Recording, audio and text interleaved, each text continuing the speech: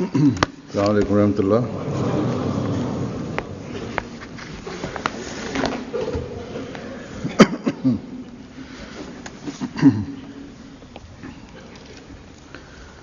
أشهد أن لا إله إلا الله وحده لا شريك له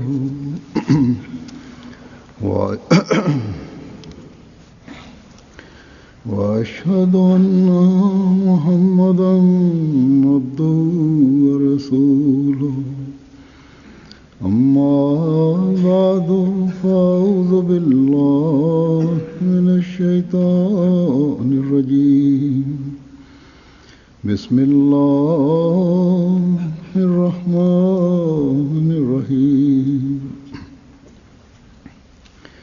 الحمد لله رب العالمين الرحمن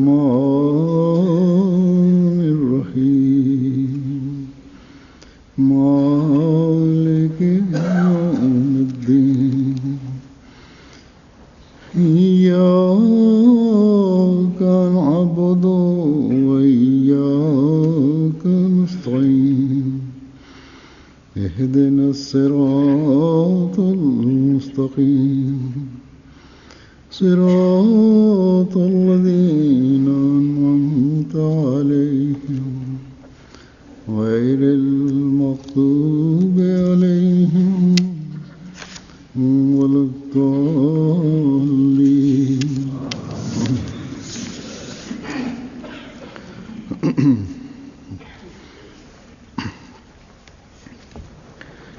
ये अल्लाह ताला का फज़ल और एहसान है कि हर सफ़र में अपनी ताईद और कुदरत के निशानात दिखाता है. Es ist die besondere Segnung und Güte Allahs, dass er in jeder Reise seine Unterstützung und die Zeichen seiner Hilfe und Unterstützung zeigt. Manchmal gibt es auch die Sorge, dass einige Jamaats nicht genügend Erfahrung haben, irgendein Programm auf die Beine zu stellen und dass manchmal solche Programme geplant werden, die nicht intern ausgerichtet sind, sondern die mit Nicht-Ahmadis stattfinden. Und solche Programme, wo Gäste Nicht-Ahmadis eingeladen sind, solche sind natürlich durch die Mittel und durch die Kanäle, die diese fremden Menschen haben, werden diese Programme organisiert. Und deswegen besteht auch immer ein Grund zur Sorge, dass manche Gegner der Jamaat und Feinde der Jamaat in irgendeinem Programm sich einmischen und etwas Falsches dort machen. Und genauso gibt es die Sorge, dass ein Programm, wenn es nicht dem Niveau und der Qualität entspricht, die sein sollte, dass dann ein Grund zur Sorge automatisch entsteht. Es gibt derartige Sorgen, die man hat. Aber wir sehen und sind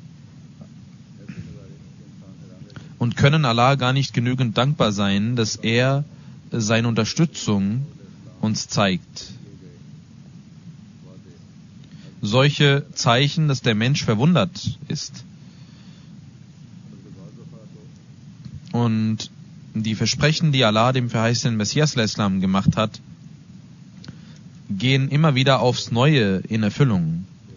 Manchmal passiert es sogar, dass Nicht-Ahmadis solche Reaktionen zeigen und das Programm derart loben, dass wir darüber nachdenken müssen und auch die Organisatoren selber darüber nachdenken müssen, ob wir tatsächlich ein solches Programm veranstaltet haben, das solche Reaktionen hervorrufen kann und die Nicht-Ahmadis und die Freunde und die Gäste derart voll des Lobes sind.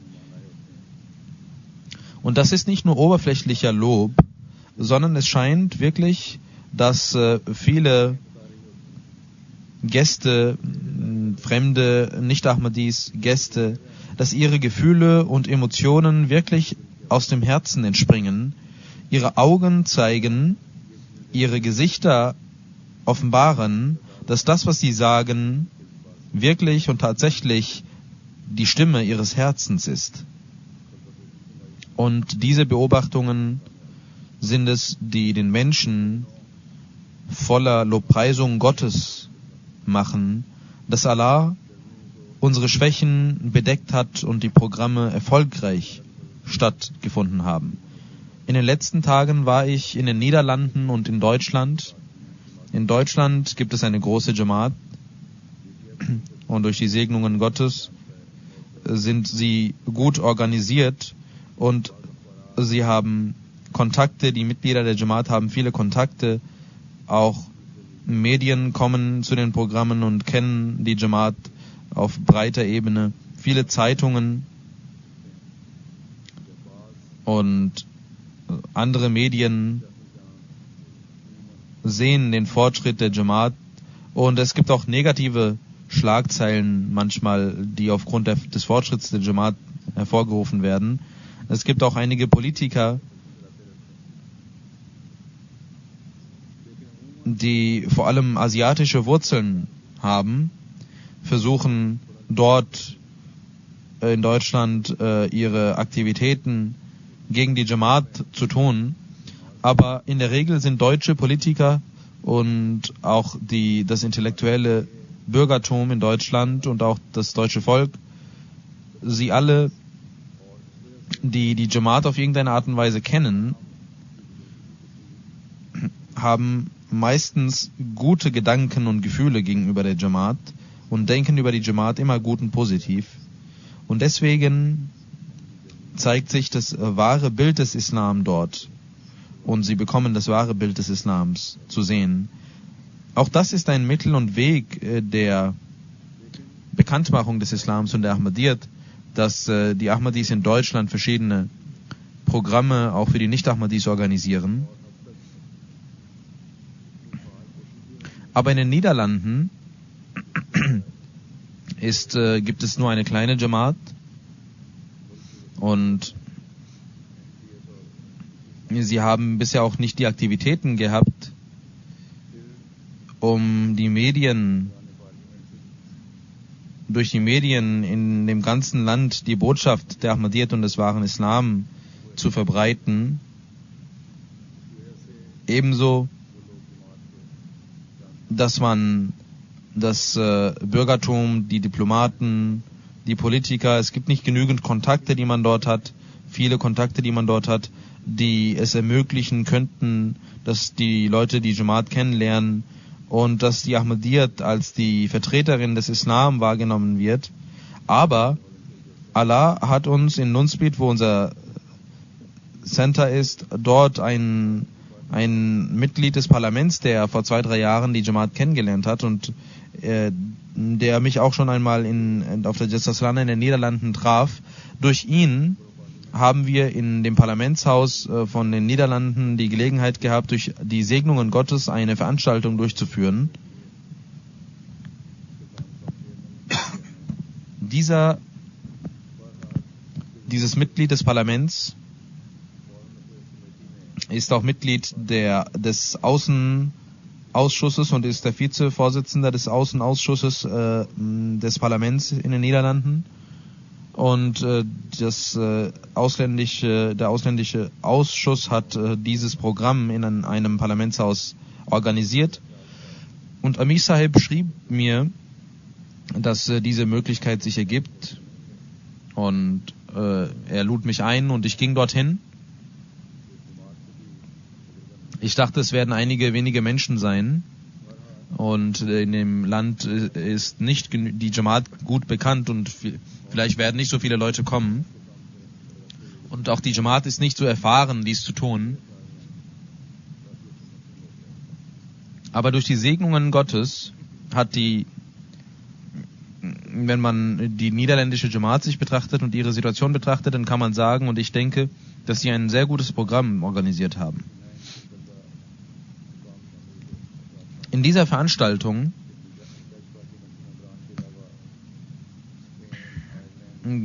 nahmen 89 einflussreiche Menschen teil, zu denen Mitglieder des Parlaments von den Niederlanden, aber auch Spanien, Albanien, Frankreich, Schweiz, Belgien, Deutschland, Indien, Philippinen, Zypern, einige Botschafter aus diesen Landen, Parlamentsmitglieder, einige Repräsentanten der Regierungen nahmen an diesem Programm teil. Wie ich bereits gesagt habe, dass die Jamaat in Deutschland auf vielen Ebenen gute Kontakte hat, aber immer noch haben sie es nicht geschafft, ein solches Programm auf die Beine zu stellen. Es gibt zwar einflussreiche Leute, die in den Veranstaltungen kommen und uns loben und dieses Bild des Islams sehen und ihre Meinungen äußern, aber es gab noch nicht ein solches Programm in Deutschland. Und ein Grund dafür ist möglicherweise, dass Deutschland ein großes Land ist und die Niederlande ein kleines Land sind. Wie dem auch sei, die Jamaat in den Niederlanden hat einen Schritt gemacht und Kontakte geknüpft und auch zu den Medien Kontakte geknüpft. Und ich hoffe, dass sie dies erweitern werden, noch weiter erweitern werden und das, was sie bisher gemacht haben, dass sie das nicht als ihren Höhepunkt ansehen werden,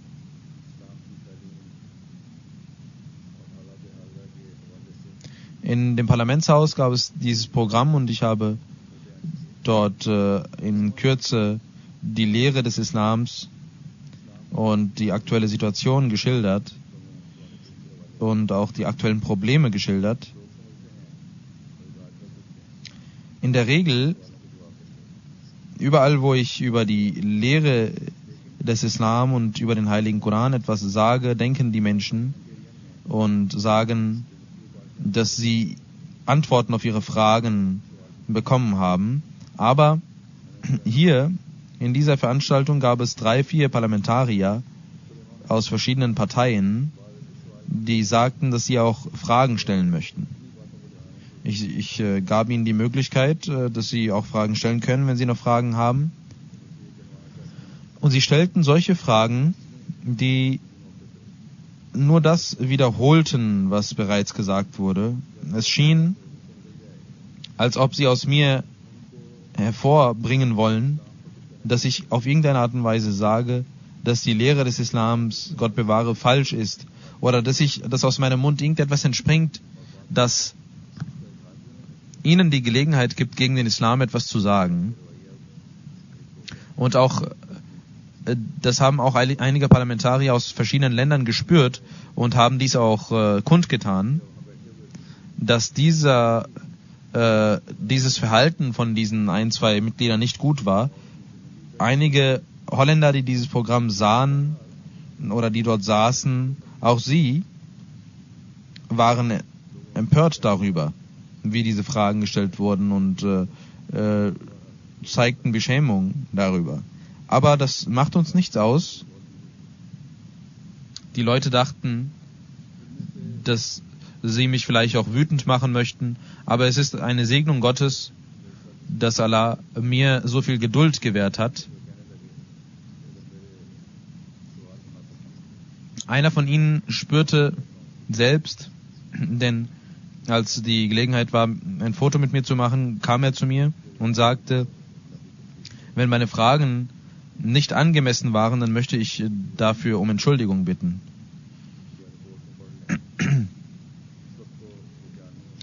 Es gibt viel zu sagen über dieses Programm. Auch in MTA haben Sie dieses Programm bestimmt gesehen. Oder Sie können das in dem Bericht auch lesen. Jetzt kann man nicht die ganzen Hintergründe schildern.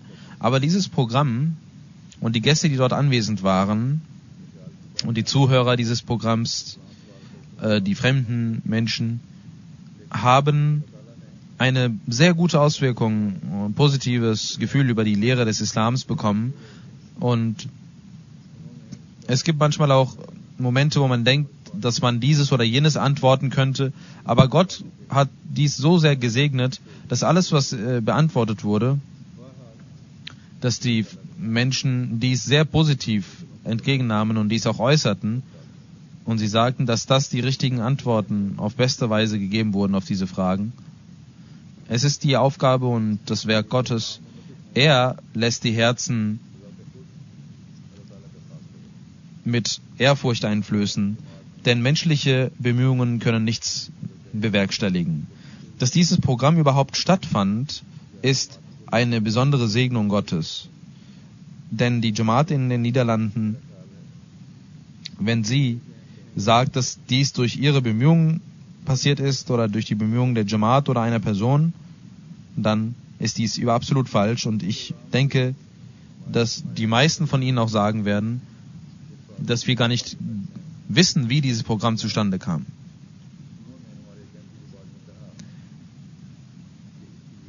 Über das Niveau und die Qualität dieses Programmes haben die Parlamentarier zu einem Ahmadi gesagt, dass dieses Programm noch mehr in den Medien verbreitet werden sollte. Obwohl wir dachten, dass die Verbreitung sehr gut war, sagte er, dass dies noch mehr verbreitet werden sollte in den Medien, damit die Menschen im Land die wahre Lehre des Islam bekommen. Und er gab sich damit nicht zufrieden, wie dieses Programm in den Medien aufgenommen wurde und dass es seiner Meinung nach nicht so stark aufgenommen wurde. Er sagte auch, dass viele Parlamentarier mich gefragt haben, wie du dieses Programm organisiert hast. Und nicht nur unsere eigenen Ahmadis, sondern auch fremde Menschen dachten, dass dieses sehr schwer ist, dass eine solche kleine Jamaat ein solches Programm im Parlamentshaus veranstaltet.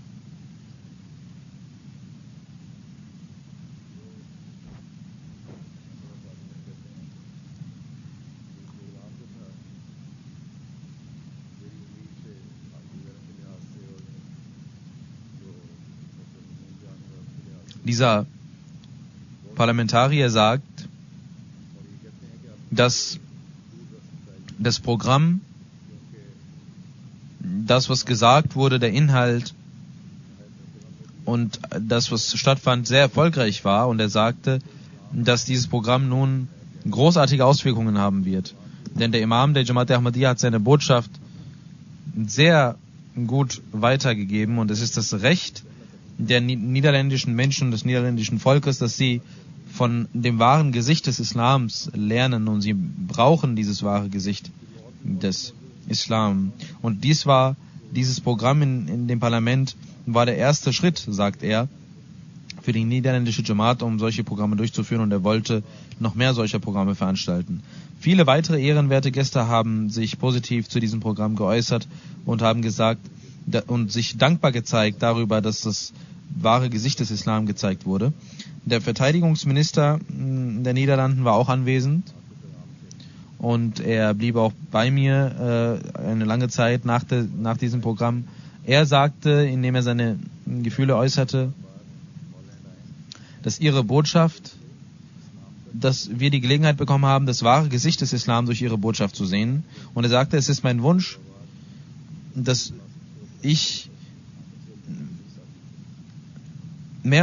noch mehr nach Holland kommen solle, damit die Menschen keine Angst mehr vor dem Islam haben. Und er sagte, dass ihre Antworten zu den Fragen, die gestellt wurden, jedem vernünftigen Menschen die Gelegenheit geben, seine Augen zu öffnen. In dieser Veranstaltung war auch der Botschafter von Spanien anwesend. Er sagte, vor allem wie der Imam der Jamaat Ahmadiyya über die Meinungsfreiheit und Geduld und Toleranz gegenüber anderen Religionen gesprochen hat und Antworten gegeben hat, war sehr inspirierend.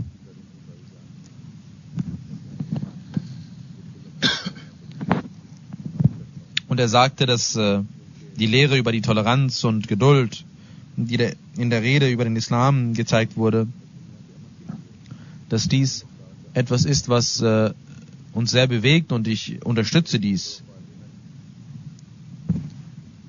Und er sagte, dass interreligiöser Frieden und Weltfrieden nur dann bewerkstelligt werden kann, wenn diese Werte eingehalten werden.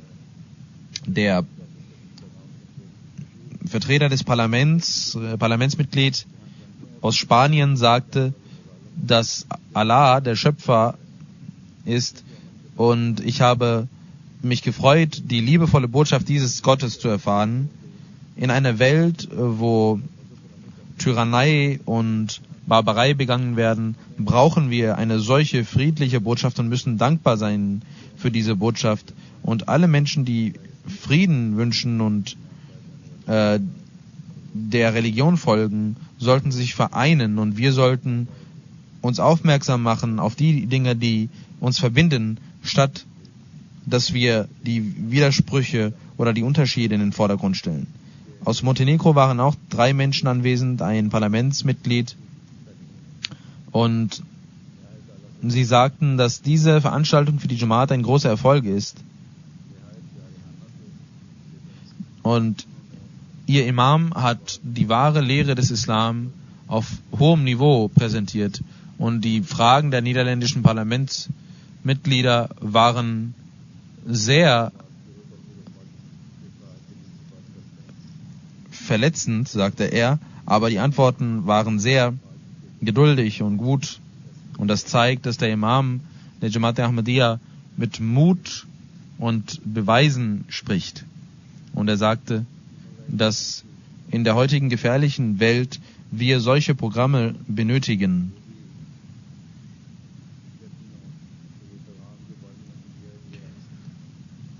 Zwei Vertreterinnen von Human Rights Defense waren anwesend, und sie sagten, dass diese Botschaft, die im Parlament gegeben wurde, für alle Menschen, die Politik machen, wichtig ist zu erfahren.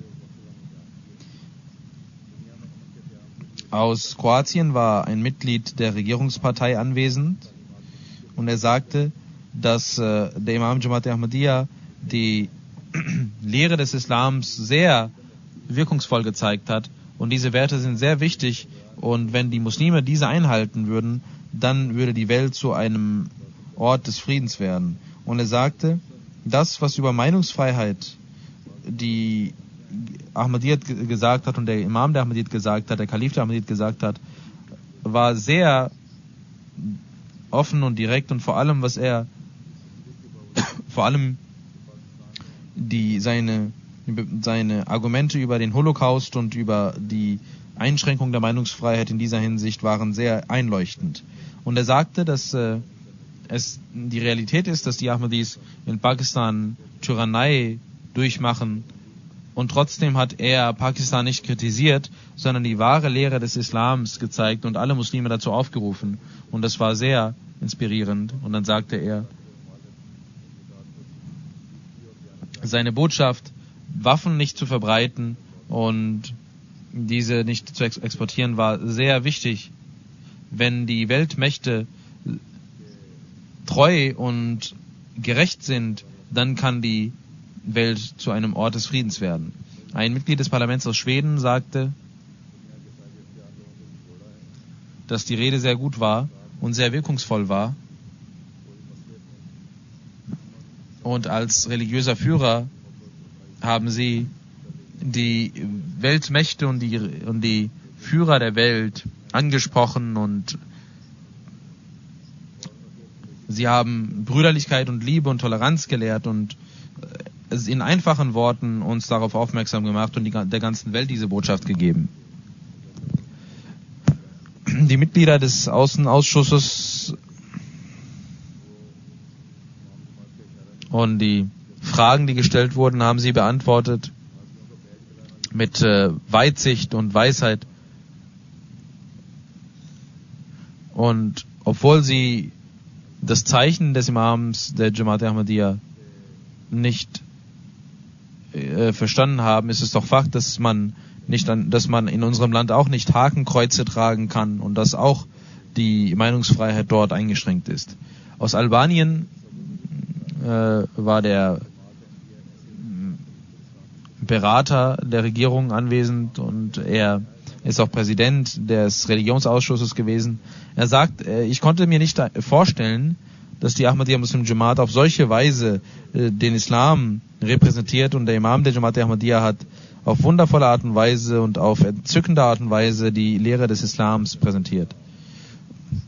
Ein Professor aus der Amsterdamer Universität, der Islam und Buddhismus und andere Religionen lehrt und dort Experte ist,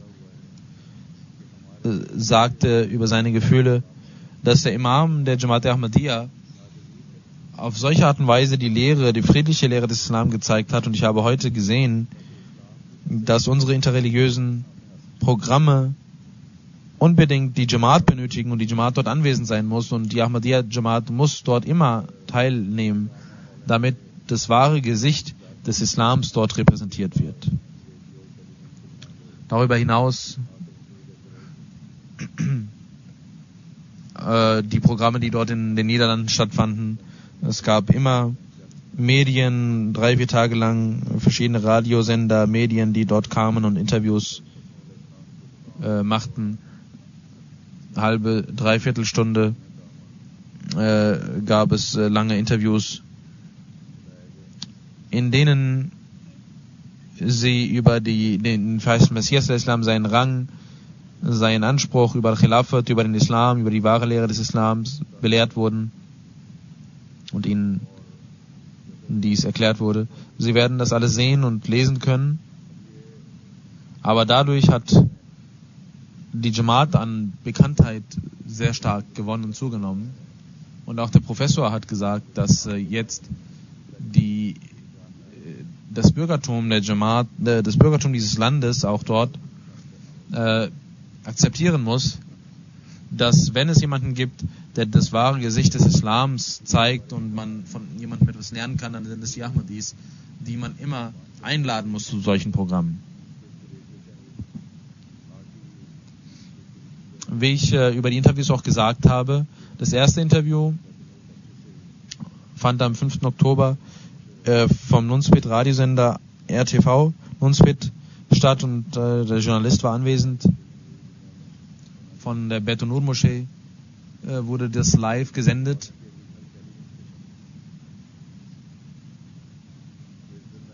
Und per Livestream wurde es übertragen. Und am 5. Oktober wurde in einem regionalen TV-Sender hat eine Journalistin ein Interview übertragen. Und auch dadurch haben dort in diesem Ort über 2 Millionen Menschen diese Botschaft bekommen. Und der Journalist sagte, dass wir genauso eine Bedeutung haben wie bei Ihnen BBC. Am 6. Oktober kam der Journalist einer nationalen Zeitung von Holland und nahm ein Interview entgegen. Und diese Zeitung hat zwar keine große Printauflage, 50.000, aber es gibt hunderttausende Menschen, die die Online-Ausgabe lesen. Und auch eine regionale Zeitung am 7. Oktober war anwesend und kam, um ein Interview zu nehmen. Und 100.000 ist die Auflage dieser Zeitung. Und am 9. Oktober kam ein Journalist aus einer holländischen Zeitung, der mich interviewte. Auch eine religiöse Zeitschrift, die sehr gelesen wird. Durch diese Interviews haben wir die Gelegenheit gehabt, durch die Segnung Gottes eine große Menge von Leuten zu erreichen. Wie ich gesagt habe, es ist zum ersten Mal passiert, dass die niederländische Jamaat auf solche großen und weite Art und Weise diese Botschaft verbreitet hat. 9 regionale und 1 nationale Zeitungen haben von dem Besuch berichtet.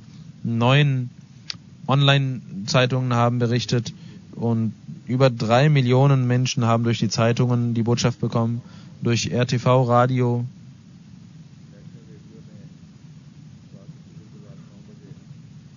Das ist ein Teil von KPN Network und durch Webstream wurde das auf der ganzen Welt übertragen.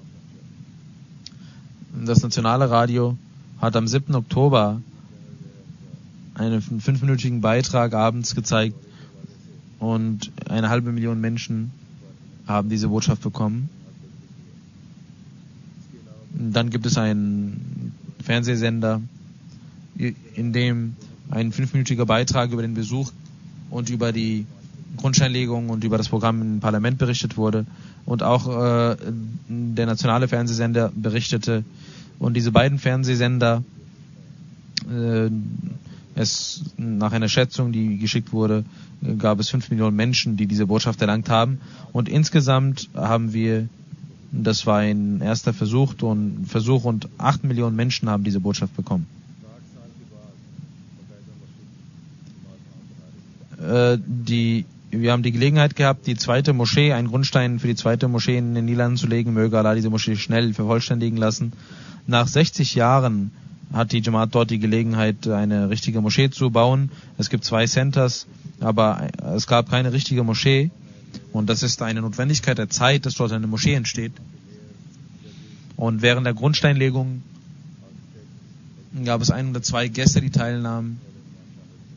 Aus Almere, das ist die Stadt, und der Bürgermeister, viele Richter, Anwälte, Architekten und Menschen aus dem Bürgertum nahmen teil. Ebenso aus Albanien, Montenegro, Schweden, Schweiz kamen einige Gäste, die dort teilnahmen.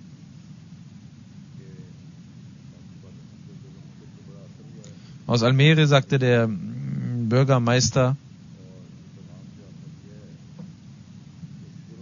dass ich eine große Wirkung im Herzen verspüre aufgrund der Botschaft, die sie gegeben haben. Und das ist eine Botschaft des Friedens, um Frieden zu verbreiten. Und wir alle sollten versuchen, dies aktiv zu implementieren. Und er sagt, ich hoffe, dass durch die Moschee die Botschaft des Friedens Verbreitung finden wird. Ein lokaler Kommunalpolitiker sagte, dass diese Botschaft eine Rechtleitung für alle Menschen ist. Und ein Führer der liberalen Partei sagte, ich glaube, dass in der Zukunft ihre Jamaat die Fahne des Friedens halten wird. Es gibt auch ein National Muslim Radio dort. Als der Grundstein der Moschee gelegt werden sollte, hat dieser nationale Muslim-Sender einen Beitrag über die Grundsteinlegung gezeigt und über die Ankunft des verheißenen Messias des Islam erzählt.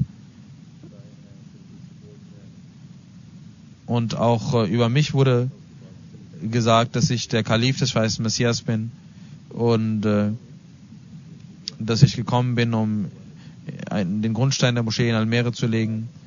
Und es wurden auch einige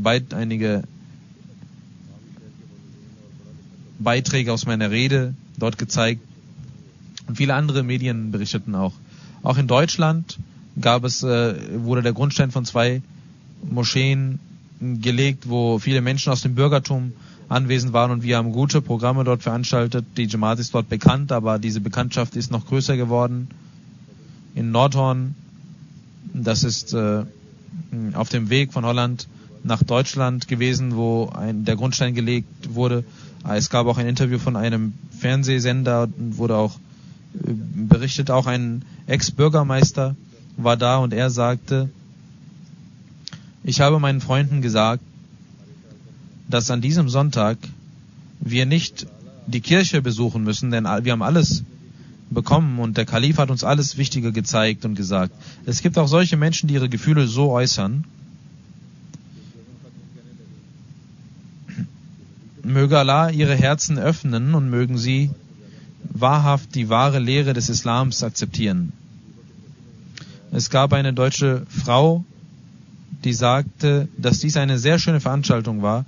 Ich kannte den Islam nicht, aber heute hat Khalifatul Masih mir erklärt, was der Islam ist.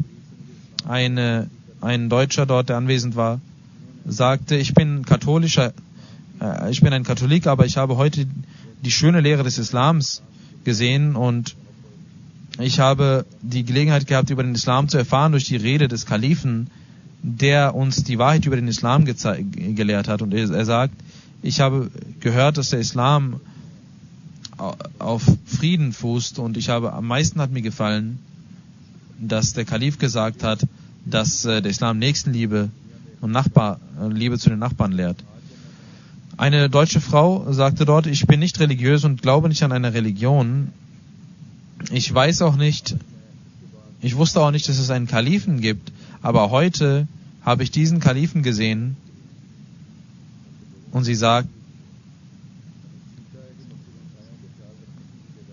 heute nehme ich das Beste über den Islam mit und ich habe gelernt, dass die Moschee nicht nur für den Gottesdienst da ist, sondern auch um den Menschen zu dienen. Ich habe gelernt, dass die Moschee ein Ort des Friedens ist und alle meine Fragen und Ängste über den Islam sind beseitigt worden, die der Mensch irgendwie haben kann, wurden heute beseitigt und der Imam der Jamaat Ahmadiyya hat in seiner Rede die Antworten gegeben. Eine Journalistin sagt, ich wollte den Kalifen interviewen, aber nach der Rede habe ich kein Interview benötigt, denn alle Fragen, die man haben kann über den Islam und alle Ängste, die man haben kann, wurden in der Rede von Hazrat Khalifatul Masih beantwortet. Eine Frau sagte, dass auch ihr Ehemann anwesend war und er sagte, er möchte nicht reinkommen und die Frau war alleine dort und er ging zurück.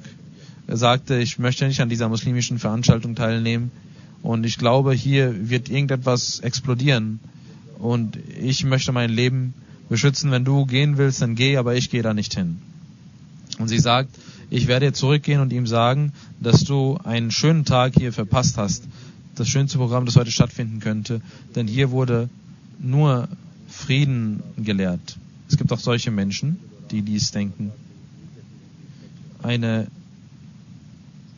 deutsche Frau war dort anwesend und sie sagte die ganze Zeit, das ist die Wahrheit während der Rede. Danach sagt sie, dass sie zum ersten Mal an diesem Programm teilgenommen hat und ich habe ihre Organisation gesehen und bin verwundert über ihr Nizam und jeder Mensch ist hier organisiert und es gibt diese Gefühle der Menschen sind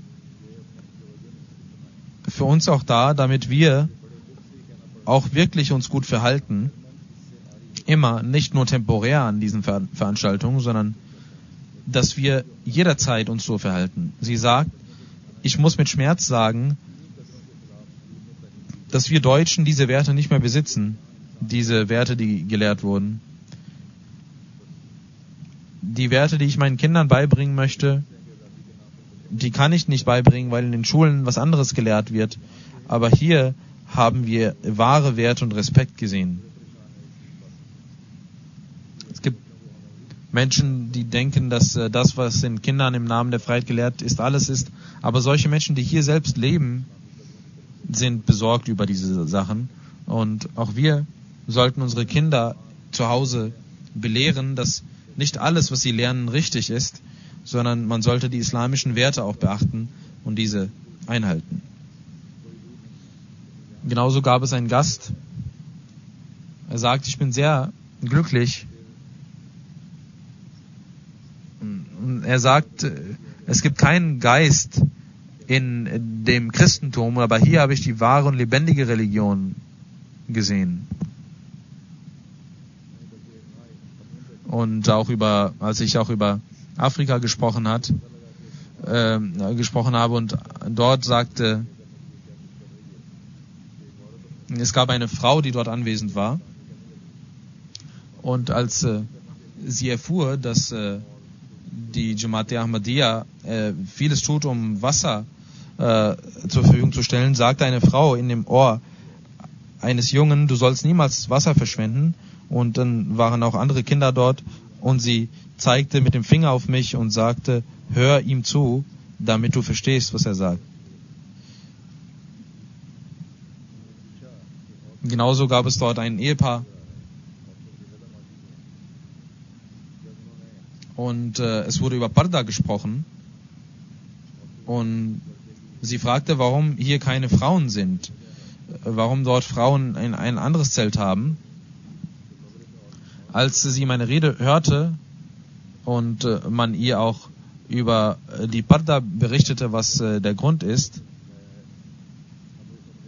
sagte sie, im Westen gibt es nur oberflächlich eine Freiheit der Frau, und ich habe heute gelernt, dass dieses Konzept der Parda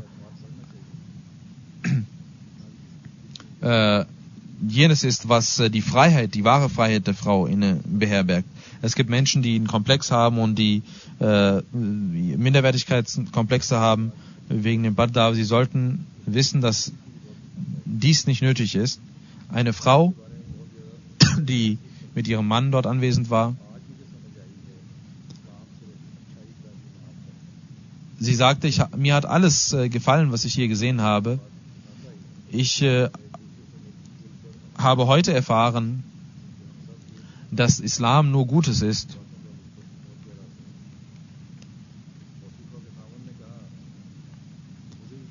Und wir alle sind die Geschöpfe Gottes und haben heute gelernt, was der Islam lehrt. Und der Ehemann von ihr sagte, auch ich wollte vieles über den Islam wissen, was der Kalif heute sagen wird, aber die Rede des Kalifen hat bewirkt, dass ich sage, dass ich an alles glaube, was er gesagt hat. Und ich habe heute erfahren, dass die Moscheen ein Haus des Friedens sind. Und sie haben Frieden gelehrt. Und man sollte einander vertrauen. Und er sagt, ich habe überhaupt keine Angst mehr bezüglich dieser Moschee nun. Es gab einen Freund, der dort anwesend war. Er sagte, ich bin ein Atheist und glaube nicht an Religionen, aber ihr Kalif hat heute gezeigt, dass er für alle Menschen tolerant ist. Und seine Praxis hat gezeigt, dass der Islam eine Religion der Toleranz und der Geduld ist. Die Botschaft des Kalifen war, dass wir unsere Kriege beiseite legen sollen. Ich muss sagen, dass alles, was der Kalif gesagt hat, dass alles dies notwendig ist heute.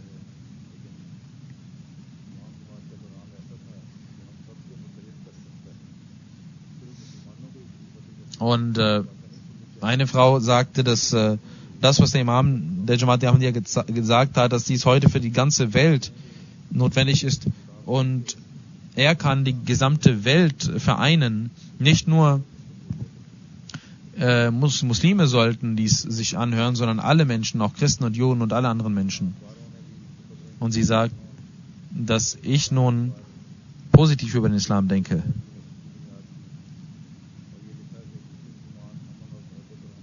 Auch die Zeitungen in Nordhorn hat eine örtliche Zeitung einen ausführlichen Bericht gegeben und geschrieben, dass wahre Muslime dies sind, und es ist, sie zitierten auch meine Rede über Nachbarn, über Nächstenliebe und so weiter, und das wurde verbreitet in den Zeitungen. 300.000 Menschen wurden dort durch diese Zeitung erreicht.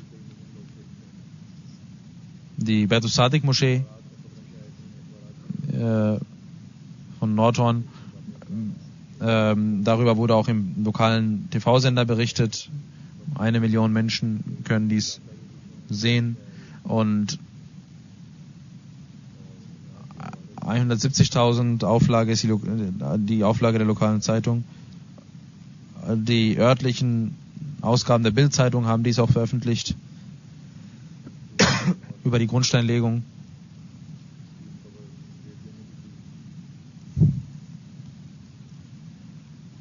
Die zweite Moschee, nein, das ist auch die Moschee in Nordhorn, auch Radiosender berichteten darüber. Und insgesamt Es gab diese 2 Grundsteinlegungen und in den Zeitungen wurden über 400.000 Menschen erreicht. Und die Botschaft des Islams wurde verbreitet. Ebenso haben Fernseh- und Radiosender berichtet. Einige Millionen Menschen hören diese und sehen diese. Die erste Klasse der Jamia Ahmadiyya Deutschland hat ihre Ausbildung beendet und diesmal sind 16 Murabbiyan hervorgegangen daraus. Und es gab die Abschlusssitzung, Convocation, und das war auch der Grund meiner Deutschlandreise. Und im Jahre 2008 hatte die Jamia begonnen in Bet-Subu in einem kleinen Gebäude in wenigen Zimmern. Und heute gibt es durch die Segnungen Gottes ein großes Gebäude mit Klassenräumen, Hallen, Bibliothek und Wohnheimen und schöne Gebäude schmücken dort das Gelände. Und dort gab es ein Programm, eine Convocation. Und durch die Segnungen Gottes war das auch ein sehr erfolgreiches Programm. Möge Allah diesen Murabbiyan die Kraft geben, wahrhaft zu dienen und mit Treue ihr Waqf zu erfüllen. Der verheißene Messias sagt, dass Allah große Versprechen über unsere Jamaat hat. Kein Mensch kann mit seiner Vernunft oder mit seinen weltlichen Mitteln zu diesem Versprechen führen. Und wir können nicht mit weltlichen Mitteln dieses Versprechen erlangen. Allah selbst ist es, der uns die Mittel dazu gibt.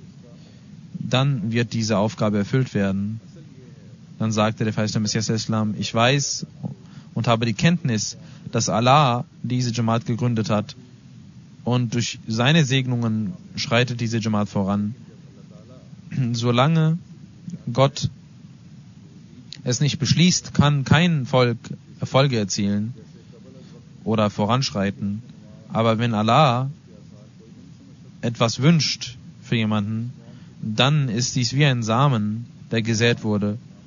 Und bevor er wächst, kann man nicht verstehen, was in diesem Samen steckt. Und kein Mensch versteht deswegen auch, was die Fortschritte dieses Volkes sein werden. Sie werden als unmöglich erachtet, genauso wie dieser Samen nicht gesehen werden kann. Können die Menschen auch die Fortschritte, die dieses Volk haben wird, nicht sehen.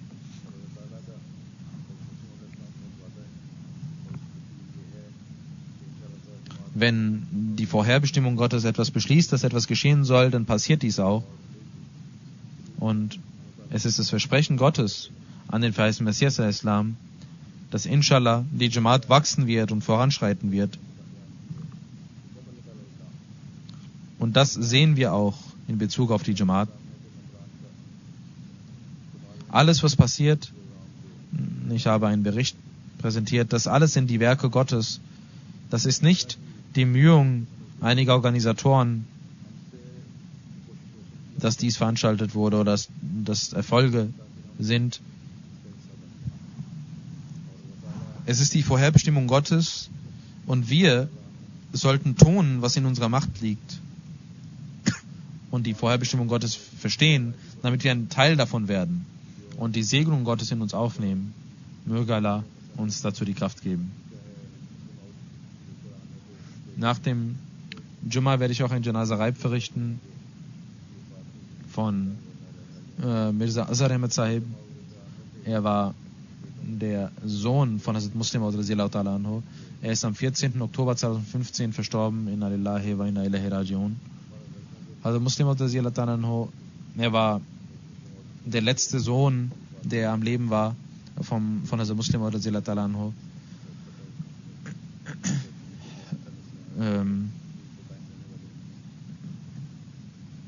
Und durch sein Ableben ist diese zweite Generation verstorben, aber die 3., 4., 5. möge Allah ihm die Kraft geben, am Glauben zu bleiben und zu dienen. Er ist der Sohn von Umm Nasir gewesen und in Qadian machte er seinen Abschluss und nach der Teilung Indiens ging er in die Jamia Ahmadiyya und er lernte in der Jamia. Nach der Jamia ging er ein Jahr in Tehrik-e-Jadid und arbeitete als In-Charge Mission und dann am 21.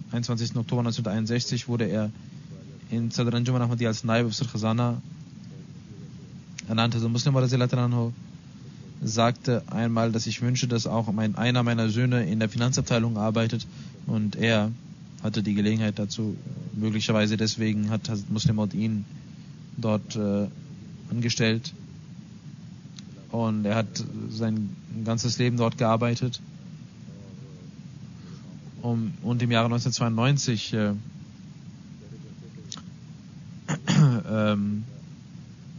ging er dort in Pension und er war mein Mamu, mein Onkel, aber hatte eine sehr respektvolle Bindung zum Khilafat.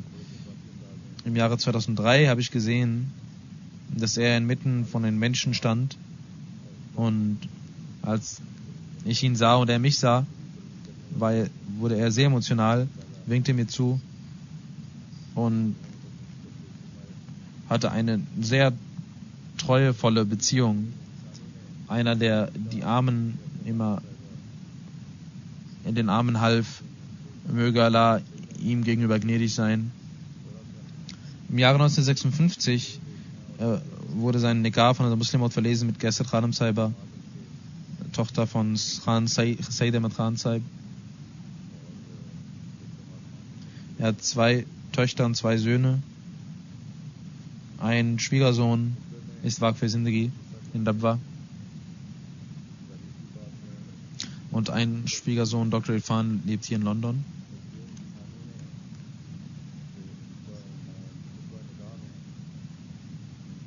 Es gibt auch etwas Historisches, deswegen erzähle ich das auch. Hazrat Khalifa Masih Sani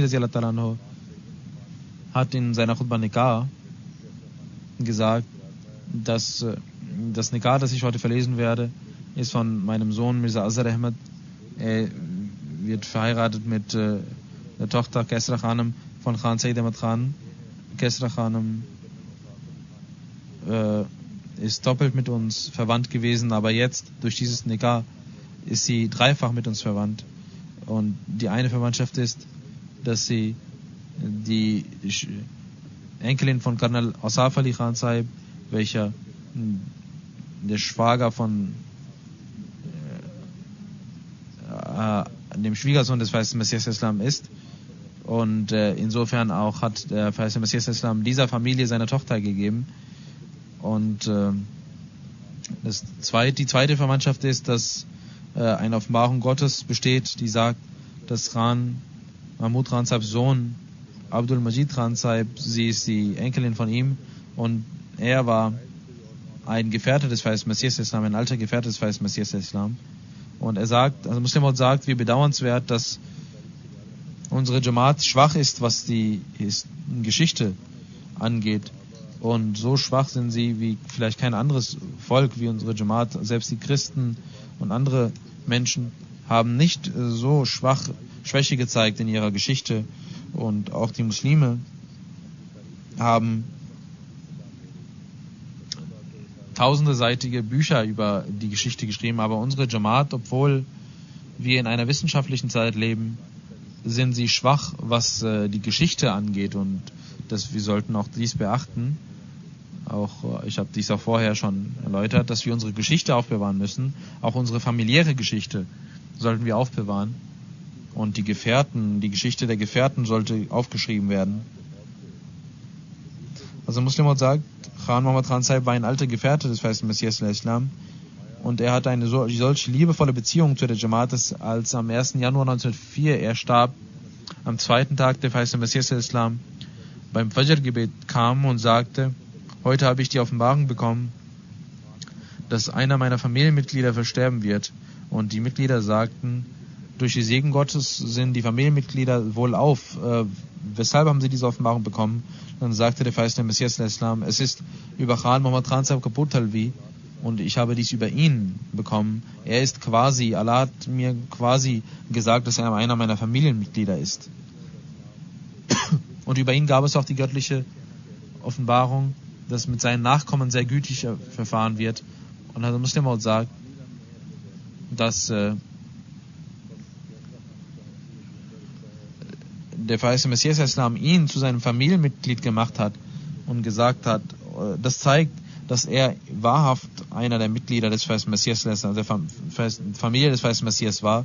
Und insofern ist sie auch zwei- und dreifach mit uns verwandt. Und sagte also Muslim aus Wasilat-Alan.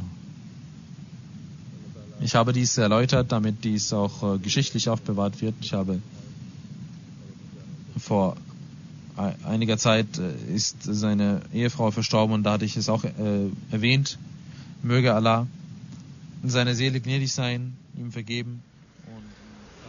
Alhamdulillah, Alhamdulillah, nahmaduhu wa nasta'inuhu wa nastaghfiruhu wa nu'minu bihi wa natawakkalu alayhi wa na'udhu billahi min shururi anfusina wa min sayyiati a'malina. من يهده الله فلا مضل له ومن يضلل فلا هادي له ونشهد أن لا إله إلا الله ونشهد أن محمدا عبده ورسوله عباد الله رحمكم الله إن الله يأمر بالعدل والإحسان وإيتاء ذي القربى وينهى عن الفحشاء والمنكر والبغي يعظكم لعلكم تذكرون اذكروا الله يذكركم وادعوه يستجب لكم ولذكر الله أكبر.